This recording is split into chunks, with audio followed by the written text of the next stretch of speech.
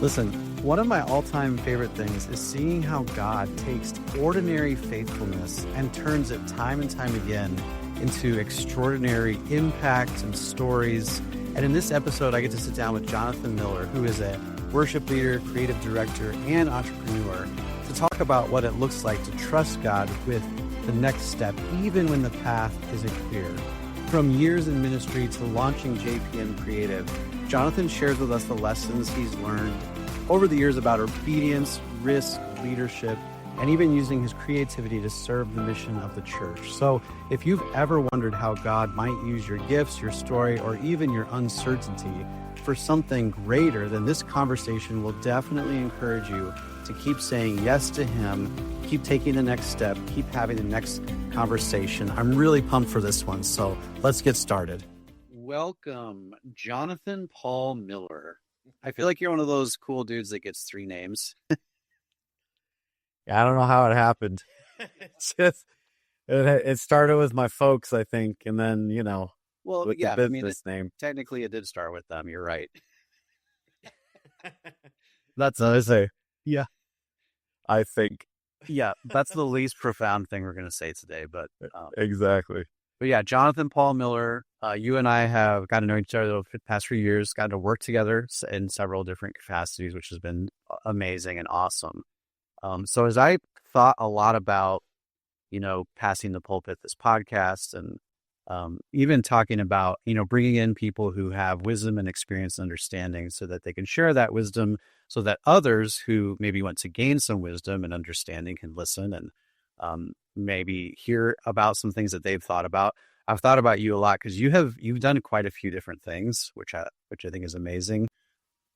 Mm-hmm. But I also want you to talk, and I hope we could talk about this, but not only are you in a creative role in a church, but then you run a creative company.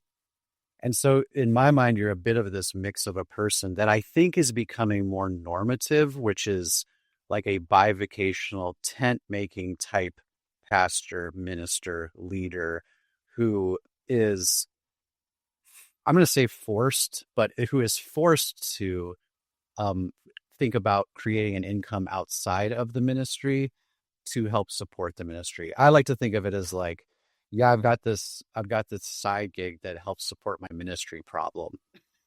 So Yeah. Anyway, that's a long-winded intro on my part. Why don't you share a little bit about who you are, what you do, whatever you want us to know, and then we'll get going. Yeah. So, as you said, Matt, my name's Jonathan. I have been probably in ministry since, I think we talked about it, probably since 25 years ago.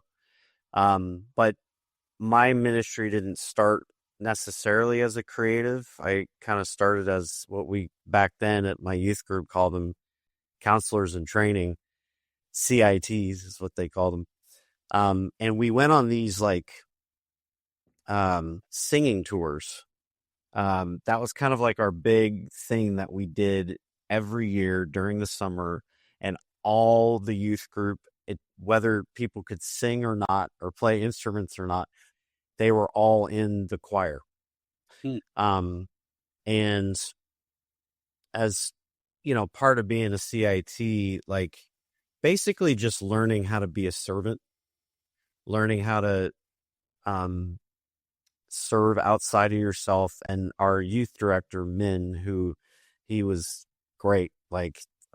Shout out to Min if you're watching this, dude. It's been a long time, but you were crucial to my faith forming at such a younger age, but also teaching me about servant leadership.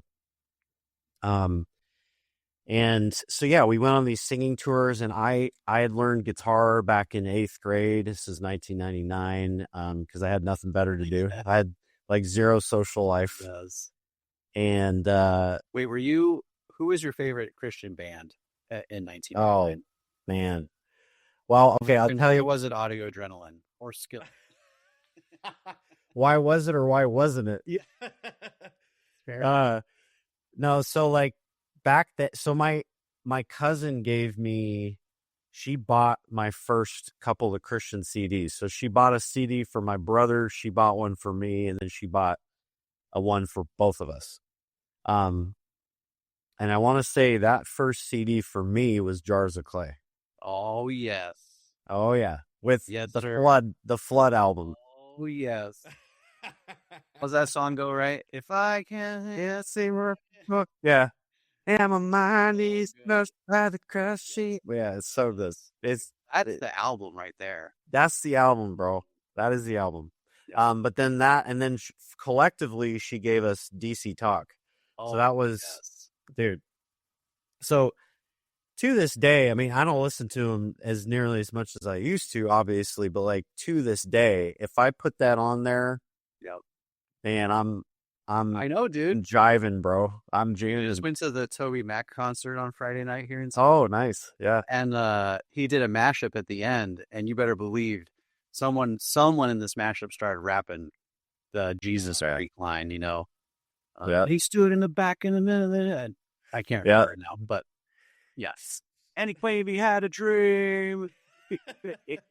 Well, yeah. No, dude, that was the disc too. All right, cool. So we're on the same page. Yes. Yep. So 1939. 1999 starts self-taught guitar, and then I got into the worship team at my church. Our lead pastor was like basically like very encouraging. He's pretty close with my parents, and then he was like, yeah, come on in. Now, my worship team, I was raised in the Lutheran church. Oh. So our worship team was, yes, it was contemporary, but it didn't have drums. Probably the best it got was like congas. Yeah, someone slapping the body of the acoustic. Hand drums, or that'd be even cooler, like guitar slapping, their guitar tapping these days. That'd be dope. But no, nobody did that. Right. But we did have congas. And then I kind of learned alongside this veteran acoustic legend guitar player. And he still lives in Sacramento and he teaches guitar. He's been doing that his whole life. Wow. So kind of, learned musically from them, but mostly self-taught. And so I brought those gifts into the youth group. And I accompanied the choir during those singing tours with my acoustic playing. There's a couple other people that did instruments as well. And then I would lead a solo here and there and that sort of thing. But that was kind of my start, I would say, to like first exposure to learning how to lead like a servant. Wow. Like servant leadership. Yep. And that, I feel like that was such a buzz word back then. Sure. And even if our youth director didn't make mention of it, it's probably because he wanted us to figure it out. Yeah.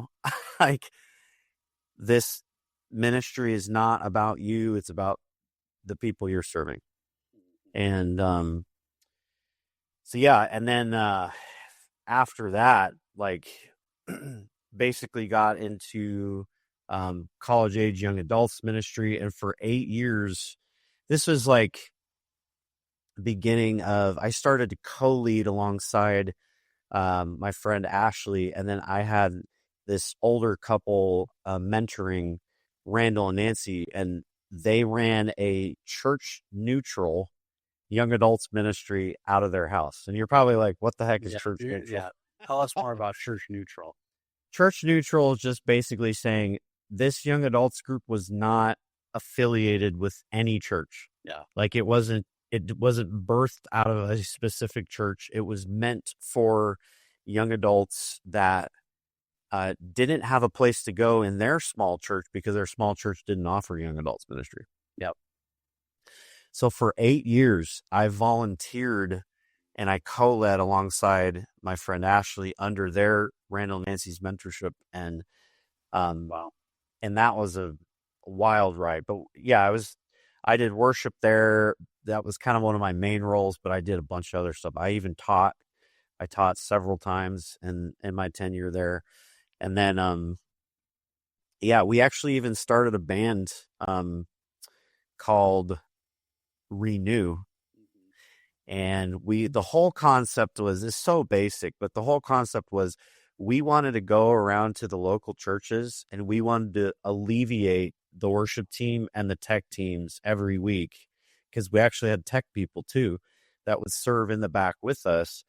And we would only go to churches, and it wasn't meant to be this big old thing, but we actually did some really cool things. I wouldn't say it was very long period of time, but that introduction I had to a small church in Elk Grove called Living Water still is existent to this day. It's moved locations since, but we had played at a church called Living Water, and the worship leader was the pastor's wife at the time, and she actually got called to serve as kind of like a creative director role for a nonprofit called Courage Worldwide, who they literally rescue girls out of sex trafficking.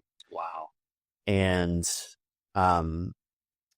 so she was called to do that, start that, which would take her away from leading worship at that small church. And then I came with my team to lead. And then basically they were just like, hey, actually that might have happened a while before.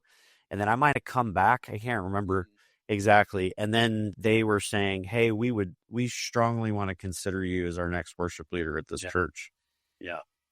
And I'm not even giving you the full story, but that is one like story where I felt like God had his fingerprint all over that. And he showed up in a way that was like, basically at the time I was being headhunted to start as a worship leader at a church plant. But this church had already been existent for well over a decade. It probably is more than that. Yeah. This other church that my team led worship at. And then I basically prayed for a month.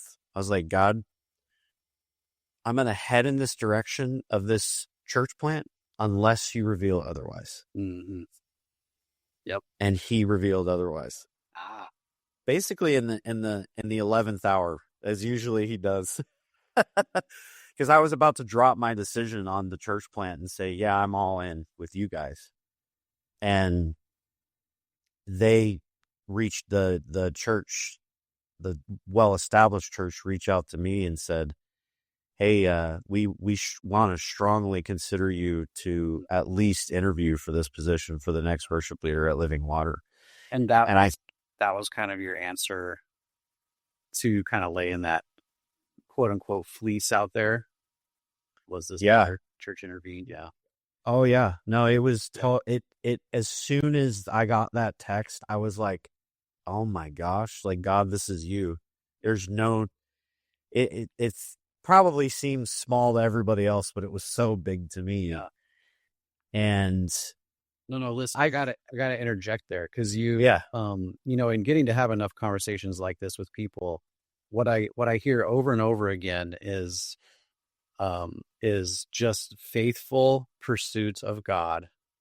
Which we, to your point of what you just said, this seems like a little thing, or maybe this seems like not a big thing to others, but this big, huge God, this cosmic creator of the universe, who intervenes in these little beautiful ways in our lives and kind of moves things as we faithfully pursue, what I'm not going to put words in your mouth, but I know for a lot of us, it's like, in my own naivety, I didn't even, did I fully even know what I was doing? Not really. Not really. I was just showing up, serving. In your case, you started this kind of quasi ministry that helps to support other worship ministries. And, it's just it's just beautiful the way God works. So yeah, I don't think there's any small things with this big God that we serve, but these stories, as much as they feel so unique, they're like beautifully regular. Yeah. God so beautifully regularly works in these really specific, tender, compassionate ways.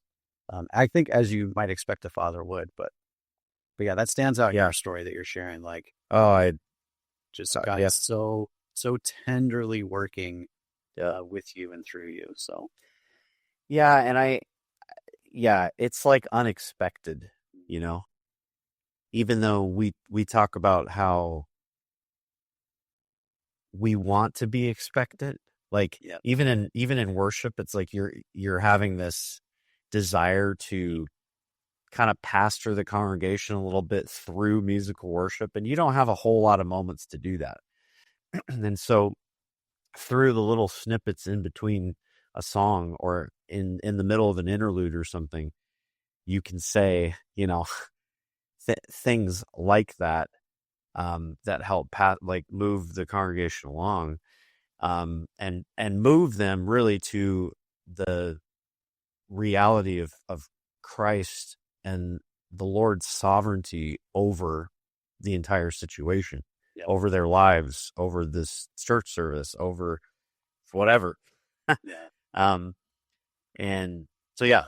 Yeah, that's a beautiful.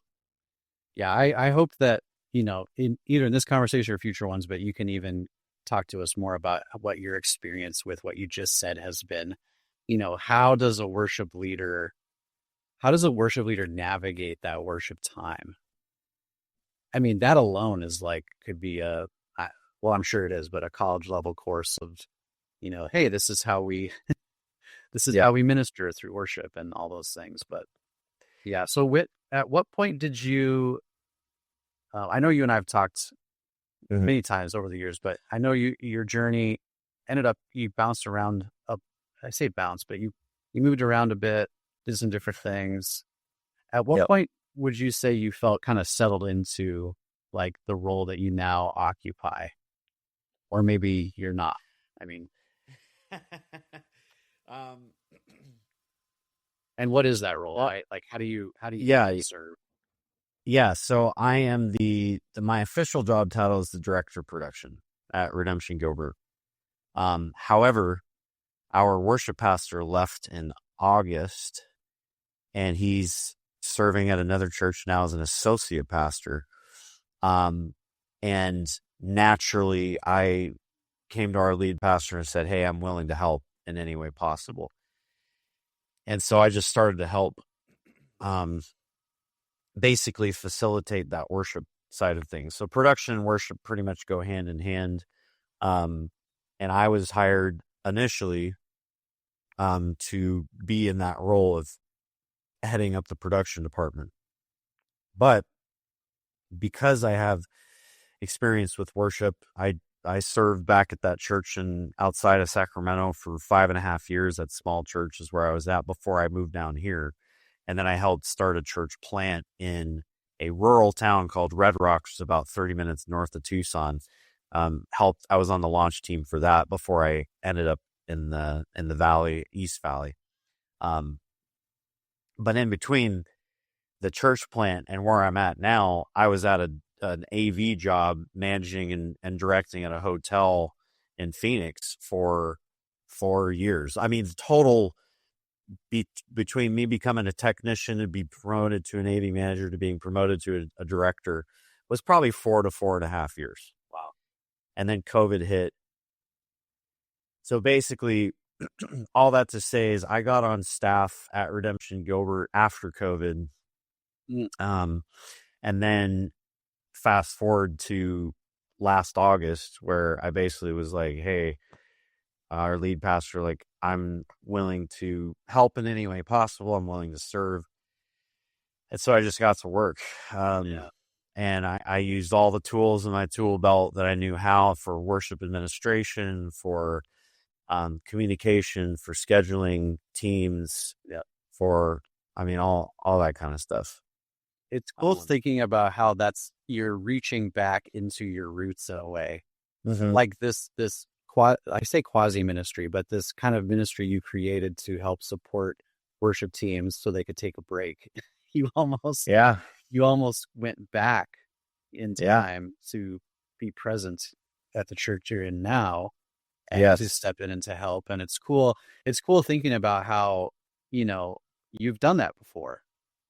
Yeah. Done that before, right? Like God, and this goes back to kind of what I'm saying and even identifying in your story is God so good at his job. Yes. And he knew where you were. He knew what was going on. And he, he filled the needs as they as they came up. And obviously, you were formed in a place that required a very servant-like heart. And then you show up and go, hey, I'd love to help. Yep. And you've led and you've ministered. Isn't it amazing when someone just comes and says, hey, like, I'd love to help. What can I do? Yeah. Yeah. And I experienced that with our volunteer team at our church during that time, a worship team. They came to me and said, hey, I'm willing to help in any way possible. Wow. And really Isn't it so cool to lead a team like that? Oh, dude, it's a joy. It's a blessing. There's like no drama. There really isn't. There's no egos.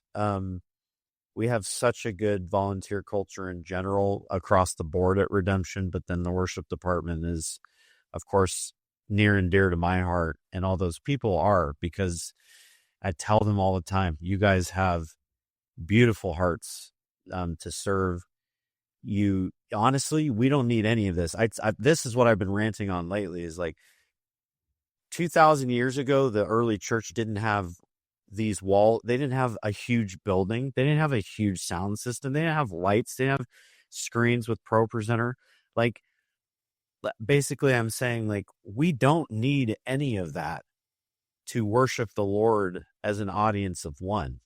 But the Lord saw it fit 2,000 years later for us to have these facilities. That's right. And to lead these people into worship. And then my main point is this: God is the same God he was yesterday, as he is today, as he is forever. Let's go. That's right. Never going to change. Yep. He's never going to change. And dude, that's an absolute just nuclear message in the midst of a culture that's so transient, where things are changing so fast and everything's moving so fast. And I actually think that's why, this is a whole side note, but I have a feeling that that's a huge reason why so many people are coming back to faith, because it's like, oh, this God, he says, he does what he says he's going to do, and he is where he says he's going to be. Yeah. Okay, that's foreign. Yeah. That is a foreign concept. So yeah, I love that so much. What you kind of brought up volunteer culture and whatnot. Like, how, what's something that you're doing in your current role that you feel is like really going well in that culture, but like something that you've learned over the years, how to manage volunteers, how to encourage them? Yeah. So practically speaking, we try not to double book our volunteers for anything on the same day. So like, we don't want there to be burnout. We don't want to feel like we don't want them to feel like there's any kind of burnout. And that was instilled even before I kind of assumed that position. But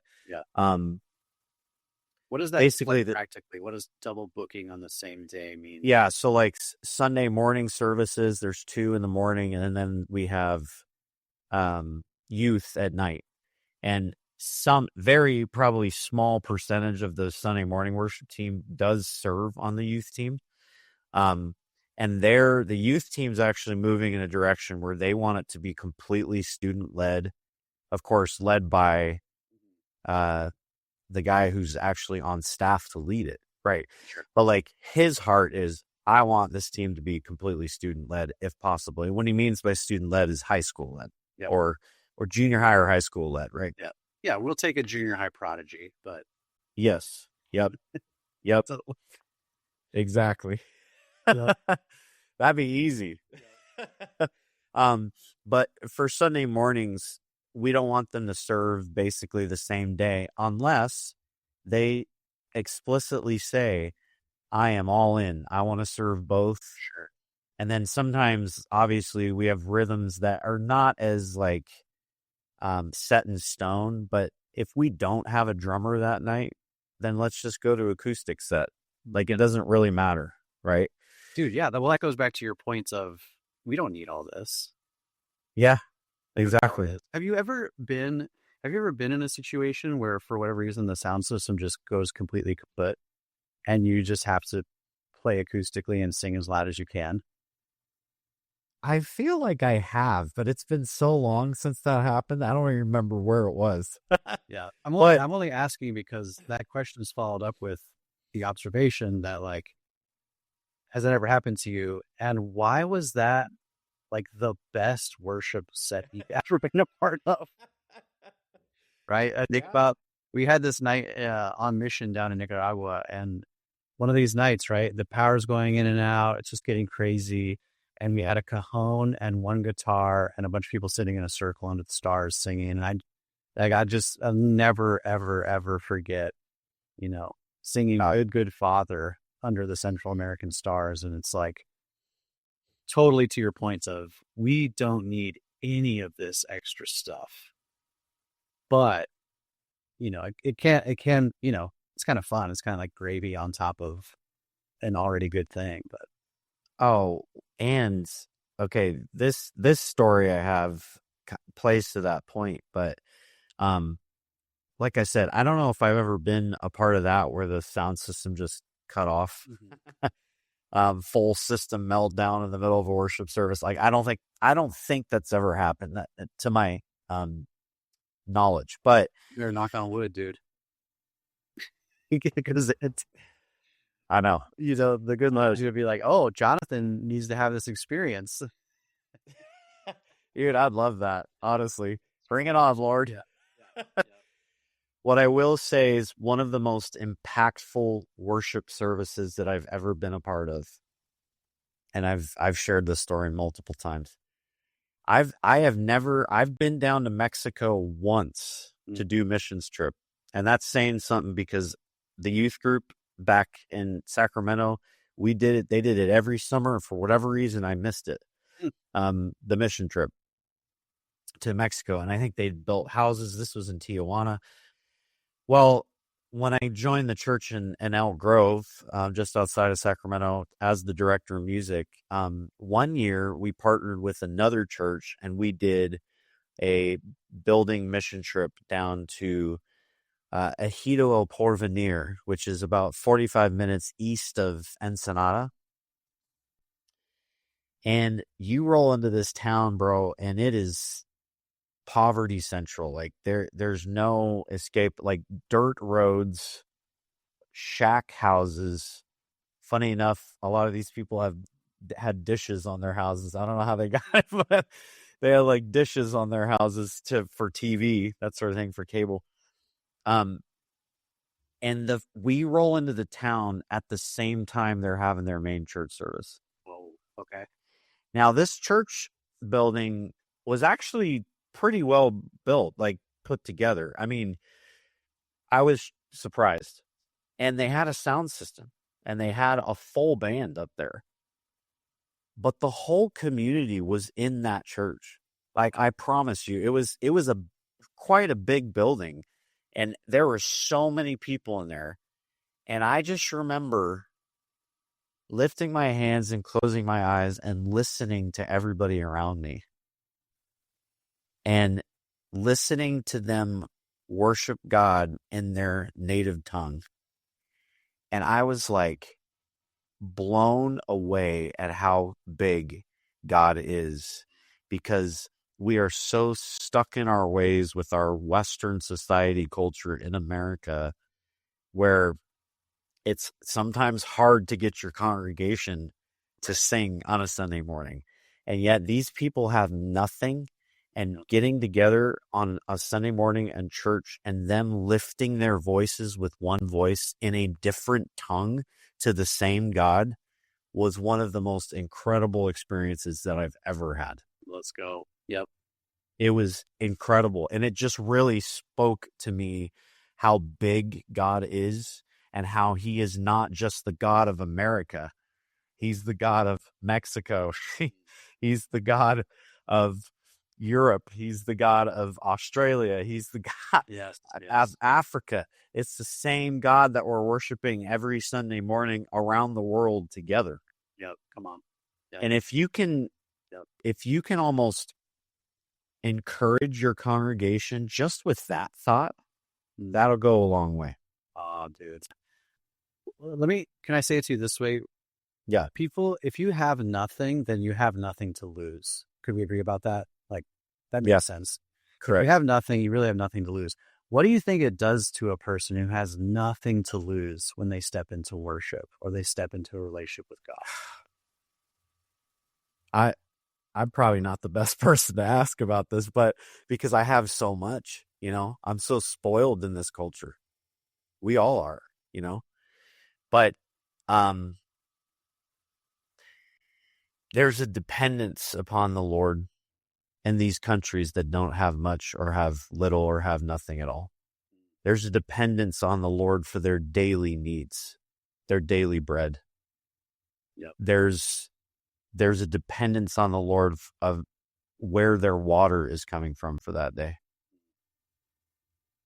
And I feel like when your dependence upon the Lord is regarding those things that you need to live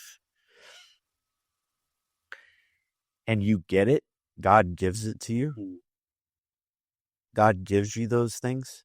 I mean, just like how scripture talks about, like, help me out here with this scripture, but like, look at the birds. Yeah. Like, God feeds the birds. He clothes the flowers of the field. Yep. How much more will he do that for you Yeah. if he loves his creation in that way? Yep. Well, we're talking about people, people who are desperate for basic needs every day. And so when God blesses them with those things on a day-to-day basis, when it's not easy to come by, they're coming into worship and they're going, God, thank you with all my heart. Yep. Yeah, I'm so pumped up about what you're saying because you're right. I was just thinking about that song Gyra, and in that song, that refrain um speaks to that passage in Matthew 6 that you're bringing up. How much more, how much more, how much more. Um, Mm-hmm. so there's something to be said for, how hard is it to sing, Lord, I need you. Oh, I need you. That's a difficult, hard song to sing when you really don't need anything. Yeah. How can you sing about being hungry when your pantry is not only full, but your basement is full and your apocalypse bunker is full and you have food stores and, you have MREs and you're set. But yeah, it's super interesting. I love how you're answering that question, which is like, how can I answer that question when I have so much? Yeah. Because you're right. Yeah. It's true. What does it feel like for you as the worship leader when you are getting to lead a people and you can feel that they're hungry and you can feel that they're sincere? Like, what's that like? Oh man. Don't make me cry, Matt. I think my favorite part about leading worship is there's people in this congregation that I know. I know their struggles. I'm not saying I understand it, but they've shared with me their struggles. They've, we have a guy that has ALS in the back of the church in a wheelchair. Yeah. Struggling with pain all the time. Yet his faith coming into that building every morning is larger than life because where I don't understand it and I don't have the same pain, him coming into church and hearing his heart about the Lord to him, what the Lord means to him. And then I get to lead that guy in worship and I get to see him put his hands up in the back of the room. That's one example. But when I know people's pain and I know about it, or I've heard it, whatever, it's through the grapevine, or I know it because I talk to them personally, and I'm leading them in worship, and I see how they are responding to God Almighty in that building. That is one of the most fulfilling, wonderful things, wonderful feelings. But the truth of that is so encouraging to me Mm-hmm. that when it gets hard, like when in this life, Jesus says you will have trouble. Like it's not, you cannot avoid it. And actually something that Pastor Jeremy said a long time ago in a sermon that I super appreciate. He said this, he goes, you're mistaken to think, Christian, that suffering is not coming for you. It's coming. Mm-hmm. And I've had a fair share of it in my life. It might be a little quiet. It might not be as obvious or clear to people around me. But the bottom line is when I see people who are worshiping the Lord with all they got, and I know what's going on in their heart and life, it is so encouraging in my own walk with the Lord. Yeah. And it is hard. When you're singing, you it's like, I get teared up a lot in worship on stage. Like I just supposed to cry. You're supposed to lead in worship, or maybe leading means crying sometimes. It does sometimes. And I think being vulnerable like that on stage is so relatable. Yeah, it is. I don't think it's bad at all. Like now I don't do it a lot. But if I feel like the Spirit's moving and I'm like, it hasn't really happened where I'm like choking over my words so much that it's obvious. So it's like, oh, you got to just push through, push through. If like you're crying because it's joyful, it's a happy cry, it's a great cry, but at the same time, it's like you got to push through. You're leading these people, which is fine. But honestly, the Lord is okay with moments like that. Yeah, even corporate worship like that. I love that example you were bringing up of someone who, as you look out as you're leading, what it costs them to get there. It reminds me a lot of the parable of the woman who gave the two, whatever they were, two tiny little coins. She gave them tiny coins, but Jesus identifies her and says, "Look at her. She gave everything she had." And I think you're kind of sharing a similar heart, which is like in worship, when I know that this person is giving every last bit of what they've got. I know what it's costing them to be here. I know what it's costing them to raise their hands. I know what it's costing them to sing. That is a beautiful thing. So, yeah, that's a great example. How did you, I guess, thinking about worship now, but at what points, okay, so one of the things you and I do together, we work a bit together in the creative space. Yeah. At what point did you start cultivating kind of I'm going to say side income, but like, what was that journey like for you? How did you, to use biblical language, like what prompted you to start making tents? And when you got that prompting, like, well, how did that work for you? Just talk us through that.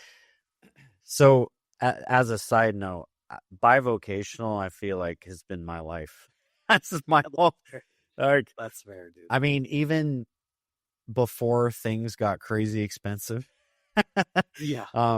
Because I'm a 90s kid, born in the 80s, raised in the 90s, and life was pretty affordable back then. And then when you become an adult in the early 2000s, it was like, oh, this is like decently affordable. And I'm a NorCal kid. I was born and raised in Sacramento in California, went to college at Sac State, and I had 3 jobs. Like my senior, I was a super senior, by the way. It took me about 5 years to finish college. Hey, but here, dude. Fellow, hey, here, brother. Super seniors, baby. I didn't decide. Yeah. Okay, gotcha. Well, I could decide, but my issue was I was working while I was going to school, and I had like 3 jobs. Sure. So you know what it's like to have multiple jobs. Yes, on some level. Yeah. But yeah, to be bivocational, right? Like I think that's actually most people's story. I think it actually on more rare. I'll have to stop. I'm going to go off on a tangent, but I think it's more rare to have a singularly full-time minister than it is to have any other type of income model for a ministry person. Yes, and I agree. That's going to become even more rare. Yes, it already is. Like 100%. Every month, every year, it's just going to be more and more and more rare. But anyway, yep. So I was working 3 jobs when I was finishing up my last year and a half of college. So it's like I'm used to the bivocational thing. I got my degree in digital video. So Bachelor of Arts in digital video. So videography and that whole process, I think to me, it was like the idea of one team all working on a singular product for the entertainment of people or whatever, or entertainment of the public. But it goes beyond entertainment for me. I think it's if you can get like if you can move people to action because of what they watched, that's the goal. Yeah. So if it pulls at their heartstrings enough to move them to action, like that's what I'd love my videos, all my videos, to be able to do. They probably haven't, but most of them probably haven't, which is fine. But basically, I had been thinking about, like, I don't know, being a business owner ever since I think I moved down to Arizona, which was 2016. And at the time when I was starting that church plant, I lived with my friend Cody and his family. They had a big enough house for me to live there until I can get on my feet and get a job. Well, I got a job in AV, which is not videography typically. It's very much you're selling equipment, rental equipment for these meeting spaces. Yep. And then your team is executing the events, and they have AV for their events, whether it's small meetings, bigger ballrooms, that sort of thing. That's kind of what my profession was back then. And during that time, though, I was living in Red Rock, that rural town north of Tucson. My friend Cody, who we were in a band together, by the way, I didn't even go into that, but we were in a Christian band together back in Sacramento. We were able to do a couple of really cool things. A Christian band. Mm-hmm. He encouraged me. He was like, Jonathan, he goes, something along the lines of like, you can do this. Yeah. Like I think it was after the AV, I got the AV job and I was still living in their house. So my commute was pretty large, but he was like, Jonathan, you could advertise your services to the people that you're servicing in the hotel and say, hey, I offer video packages, including videography during the event and then quick turnaround editing. Now, that literally was my first client with videography. Was a client that came into the hotel, and I offered it on the phone after I offered all the AV sales pitch. And then I said, but here's the thing, I got an additional offering for you. I'm a videographer. I've been cleared by my company to say that I can offer my services to you. Wow. And they took me up on it. And what that entailed was, I don't know, it's crazy. Point of your story where it's, again, like you're just kind of being faithful, doing your thing. Yeah. So how long ago was that, though? I'm trying to piece together in my mind. So this was, I think I've officially launched my business in early 2019. Okay. JPM Productions. And I think, though, I contracted with them the October prior to me starting the official business. But yeah, my first client was this business that came in, this company that came in to do their AV meetings. And I literally had a camera and I was filming them during the whole event. And I put together a 1.5 to 2 minute recap video by their Wednesday evening awards dinner. Shoot. That's quick. And I didn't charge much. Yeah. Well, you don't know what you don't know. Correct. So, man, that's cool. Well, again, like the foundation for your digital journey, if I could call it that, back in Sacramento, I mean, you got a degree in digital design. Yeah, digital video. Yep. So then moving forward, I mean, it's not uber far-fetched. I mean, it's not like you were a finance bro and then you started making videos. It's like no, you were kind of it was in the wheelhouse, but man, that's so cool. So you're 7 years into this company now, and this is your I mean, this is your bivocational, right? You work at a church and then you also have the creative company. So Yep. what's it been like kind of growing that company and, you know, Yeah. the, Um, because dude, you've wrapped your arms around, and I actually know a lot of people like this, and I think you probably do too, because in this world, it's a small world, but yeah. you have wrapped your arms around two of the more difficult vocations, which is, oh, I'm going to go be in ministry, and oh, I'm going to be an entrepreneur. It's like, yeah, you've Yep. done both those things. Yes. I mean, I don't know how to succinctly answer that question. The, Maybe I could ask the, more pointedly, yeah. what's been one of the bigger challenges you've experienced in being both a minister and trying to grow a business as a well, essentially be a solopreneur functionally. Yes. You have contractors, you have different things, but yeah, what's been one of the bigger challenges you've experienced? Um, I mean, when you work at a church, you always have to, you can't take advantage of any system. It's not integral. It's not right in God's eyes. In other words, like it's so just this past week, for example, I had to ask for time off because I was running a camera at a big AV show. You told me about that. Mm-hmm. Yeah. And so one of the challenges is just the hey, I gotta use my PTO time to take care of my other business. And if I don't use the PTO time, then I'm not going to get paid for that paycheck. I'm going to have to rely on the business. Now, in the perfect world, you want both, right?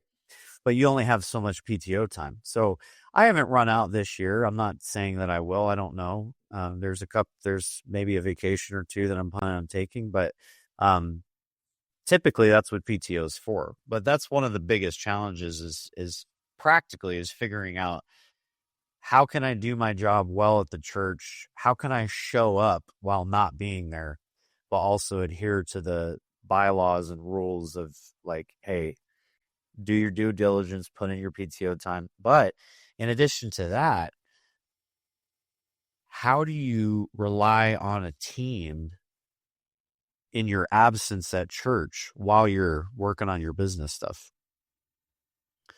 And that's probably the bigger challenge. Yeah, there's the proverbial mic drop. Yeah.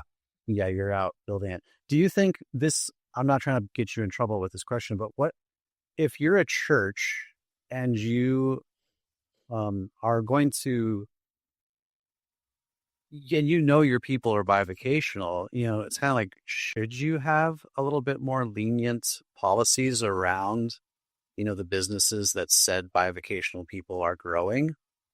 And like, and you're not obviously not going to solve all the problems right now, but how could you be more supportive of your people working both in ministry and in marketplace? Yeah. So actually, our lead pastor is very much on board with people growing their own business. He's totally supportive of it. He's been supportive of it with me. I've seen him be supportive of it with others on staff. And how that looks honestly practically like throughout the week. I believe that our church, and I haven't done a ton of research, but from my understanding about probably most churches our size in the area, they have staff that are working at the church 5 days a week. Yeah. And some of the time some of the churches don't count Sunday as a work day, which is crazy to me. That's a whole nother podcast. Sorry.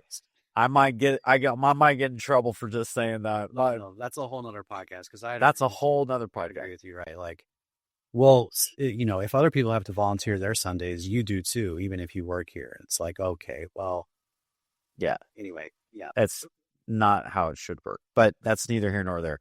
Okay, However, 5-day work week, and sometimes Sunday's not counted. correct. So they have one day off, right? At Redemption Gilbert, and they implemented this, it's been 2 years or at least 2 to 3 years now, maybe, is we work Sundays. So Sunday's a work day. Right, it counts. And then we work Monday, Tuesday, Wednesday. So they understand that traditionally the church can't pay a full-on salary that allows you to live on, especially with the higher cost of living, increasing cost of living year after year. And so they, back then, a couple of years ago, they said, this is what we're going to do. You do not have to come into work on Thursday. Now, if you haven't gotten the work done and you need to come in on a flex day, then come in, right? And I do too. I do that sometimes. Some work weeks, I do got to come in on Thursday. But that's me. That's me telling me that. Yeah. That's me just trying to be integral and saying, I got work I still need to do, and I'm not going to wait till Sunday morning to get it done. That's just irresponsible. That's Jonathan talking to Jonathan. That's right. Yeah, That's right. no, that's fair. And I encourage my team, like, they can as well come in, as you know, as long as it like fits the purview of their hours and all that kind of thing. But like, if you need work to do because you needed to take a day doing something else, like, come in the next day and get stuff done. Because the reality is there are people that actually still work on Thursdays at the church. Sure. Not as many, but there's a few. Yeah. Dude, that's amazing. So in that model, would you think like the thought would be, I know you're growing a business, but I need you to grow that business on your days off. So then if your business bleeds into a Monday, Tuesday, Wednesday, then you got to figure that out. Yeah. You got to figure that out. That seems fair. Yeah. That very fair. But I also see what you're saying of like, it'd be cool if like, maybe what if I just needed a Monday and again, I had this huge gig going on, I got to finish. Yeah. Could I trade Monday and work all day Thursday? Would that be okay? Instead of taking a PTO day. Yep. Like maybe churches could swap. Yeah. Maybe we could be a little more flexible. It makes me think of like, you know, in many of these positions, even in the marketplace, you know, it's more or less like you've agreed to do X amount of work. Mm-hmm. I don't really care if you get that work done, you know, 3 days a week from 6 a.m. to 6 p.m. Right. And you still get it done. Yep. That seems like the way more and more businesses and ministries are headed, But yeah, I would agree with you. I think ministry is its own unique animal. And I think even this idea of like, oh no, Sundays, that's not a work day. Your church day is not a work day. I mean, that is just ludicrous because you have to, and I'm happy to get in trouble for saying that is ludicrous. Like, yeah, me too. You have to understand. And if you don't understand, I think you have to be willing to say, I don't understand how crazy it must be, but I'm willing to trust that all of these ministers who say that it's definitely not just another volunteer day, that they're not lying about that. Yep. Right. Because even as a volunteer, I mean, you've been a volunteer, I've been a volunteer, I've been a paid minister, you've been a paid minister, I've been on staff, you've been on staff. One of the major differences, right, is if I'm a volunteer and I wake up feeling kind of pretty bad, yeah, you better believe like I can call in and go, I'm not coming. 100%. Or hey, I tried to help. I got another volunteer, like no big deal. That is not true if you're on staff. Nope. And well, it's just blunt. That's just blunt reality of like how it goes. And yep, especially on a Sunday, especially on a Sunday morning, especially on a Sunday. And as a staffer, you know what's riding on it, so it's not even like you're trying to get an out. But what do you do if you're feeling sick or you've got other stuff going on or heck, you know, your family's not doing well and you're just, you know, again, if you're a volunteer and all that happens, it's easy enough to go, oh man, I'm just a volunteer. Like I'm out. But correct. It's so different. And also for a staffer, it's like if anything happens on that Sunday, you're getting called. Yeah. Anything. Even if it's outside your department, it's like, hey, there's a flood in room 6B. We need everybody that can to get up there and help us figure it out. Like, yeah, yep, man, yeah, that's so true. Yeah, there's a good balance there for sure. And I feel like working at Redemption Gilbert has been very, very wonderful as far as like we have a lead pastor that recognizes the importance of maybe you need to be bivocational because the cost of living is too high for you to be singular vocational. And so he definitely has no problem with making provision for that in your life when it's needed, you know. Is that the first time in your kind of bivocational journey that you've experienced that level of support from the main leadership? It's hard because Redemption's always been good about it. But my previous churches, I wasn't full time on; I was part time. Okay. So it was like, oh, you only have to work up to 20 hours a week, and you get your work done, you're good, and then you have the rest of the week for whatever. So yeah, so I would say yes. This kind of support for working a full time job and having the support to say, yeah, there's flexibility there for you to build your business, to, you know, go to do this thing, go to this thing. And sometimes I travel for work. It was a lot in 2024. It hasn't been too much since then, but it's possible, especially because one of the arms of my business is operating a camera or being a camera operator for big AV shows. And so sometimes those could be away, you know. But the good thing is, man, I tell you, as I've gotten older, my philosophy has been more hands off, and that's hard for me because I've traditionally been a perfectionist the majority of my life. That has, by the grace of God, perfectionism has kind of been tapered, because I don't have the brain capacity or the heart capacity to manage how that perfectionism unfolds itself on a daily basis. I just can't do it anymore. Yeah. But also there's a reality. So, I mean, our founding pastor, Tom Schrader at Redemption, said, basically along the lines of like, always be looking for your second, always be looking for your replacement. Now, I wouldn't say that I'm maybe intentionally looking for my specific replacement, but my production guy, I can pour into him a lot. And he's young. We're talking early 20s. Both the people on my team are early 20s. And so there's a balance of, hey, I want to entrust this to you, and I know you're going to do a good job, and I'm here to support you. Right? Yep. And I don't say they can't call me or anything. There's no stipulation like that. I'm just saying, like, you guys can do it. You can figure it out. You can figure it out. I love that. Yep. Yeah, I'm here to support. I'm not the only one here to support you, and the Lord is with you. You guys can figure it out. Right? So I think that's so healthy when it comes to finding your replacement, but also it goes beyond that. It's the quality of life of your job on a day-to-day basis. When you actually have a team that you're working with, you can healthily rely on those team members to do it. And then the other thing is, like, if they have ideas, let them have their ideas. Don't squash their ideas. Yep. Let them fail. Shocking. What? What? I mean, I failed a lot. Yeah, that's a whole nother thing, is how do you, which again, we should schedule a follow-up to. Yeah, I know. I'm sorry. I'm going into other topics. No, heck no. I love, this is how this conversation should be.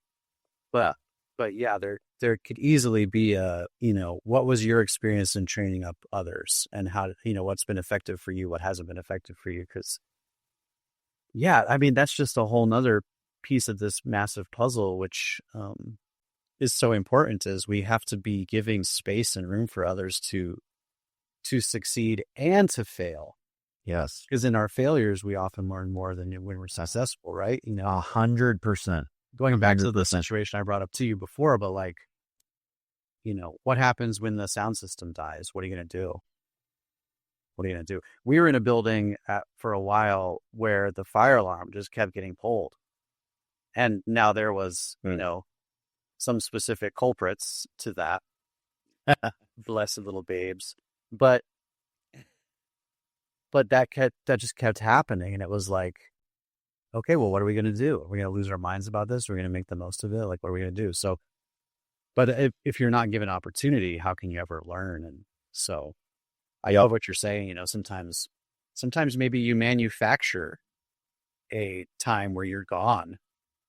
It's not even like you need to be, but you just go, hey guys, I'm not going to be around for this thing. You guys need to run it just to see how they might do and see how, like, okay, cool. What did you guys need? What did you learn? What went wrong? What went well? How could I have supported you better in the future? I mean, that would be so cool. And it's not just your staff, it's your volunteer teams too, because they're especially. Yes. Especially. And thankfully we have a great group of guys and gals in the production booth that are volunteers that we rely on regularly. Yep. That's just the season of our church right now. We have to. You cannot use just staff for these things anymore. You got to use volunteers. And if they're stepping up saying, Lord, I'm willing and able, then why wouldn't we use you, even if you have an inkling of a gift towards that position or role? That's right. Yeah, I love what you just said. And I would say it's the season of the church. It's not just the season of your church, it's the season of the church. And yes. And we're going to have to be more flexible. But as we kind of wrap up, I want to ask you just to share, what are you most excited about as you lead worship in 2026 and grow a business? You've been following God for a long time. Like, what are you just amped up about right now in your faith and in your leadership?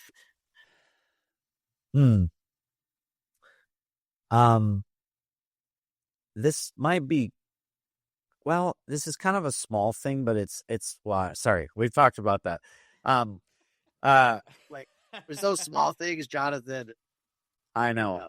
Go ahead. I think there's a combination of things. So we are tapping into some church budget to assist our volunteers with better musicianship training.